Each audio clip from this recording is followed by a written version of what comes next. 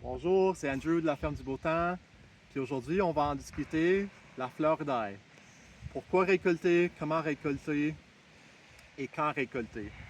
Fait que dans le fond, je porte des gants en plastique quand je les récolte parce qu'il y a de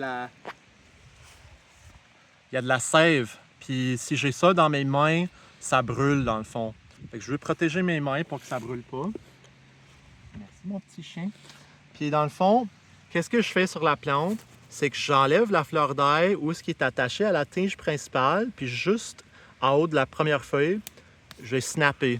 Puis je veux pas laisser un excédent de tige. Fait que mettons, je vais te montrer quoi pas faire. Fait que là, j'ai laissé trop de tiges, ça va prendre trop de temps pour que la plante, ça peut cicatriser.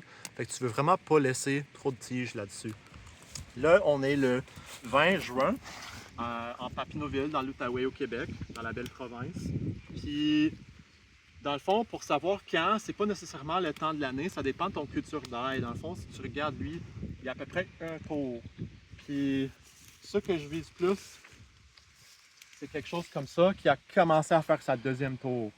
Fait que dès que tu as deux tours, c'est le moment idéal. Si tu as déjà un tour, ça commence à être bien. Fait que si tu récoltes trop tard, qu'est-ce qui arrive? C'est que ta tige devient dure. Puis là, il y en a une partie qui est trop dure pour être comestible. Fait qu'il faut que tu les coupes. Fait qu'il y a un gaspillage. Ça devient plus difficile à le vendre. Puis il y a beaucoup d'énergie de la plante qui était mise pour produire des semences, la fleur. Qui est gaspillée, qui ne va pas pour produire une belle gousse d'ail. C'est ça qu'on veut en fait.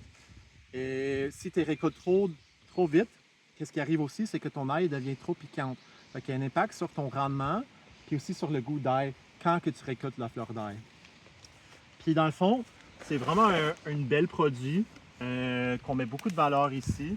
Puis oui, tu peux te faire un bel pesto avec, mais le fleur d'ail il est très bon dans un sauté, sur le barbecue. Tu peux le mettre dans un wrap, dans un sandwich, dans une salade. Il y a un petit goût de l'ail, c'est piquant légèrement. Et dans le fond, qu'est-ce qu'on va faire avec toute cette fleur d'ail qu'on récolte? C'est qu'on va faire des bottes. On fait des petites bottes d'à peu près 20 pièces. Puis les plus grands bottes, c'est à peu près 60 pièces. Puis on les vend dans les marchés avec un petit élastique. Si jamais sur les bouts en bas ne sont pas égales, on peut couper juste pour rendre ça esthétique. Puis dans le fond, c'est à peu près ça. Si jamais tu vois des dommages sur ton fleur d'ail, c'est la teigne du poireau. Fait que je te suggère quand même d'enlever la fleur, mais pas vraiment vendable. Puis idéalement, ça serait d'enlever les déchets de l'ail, puis pas les laisser dans le champ parce que ça donne du bouffe à les bébites qui sont prédateurs à ton ail. Parce que le teigne de poireau, ça fait des dommages à la plante. Fait que dans le fond, si tu fais cultiver de l'ail, oublie pas, récolter tes fleurs.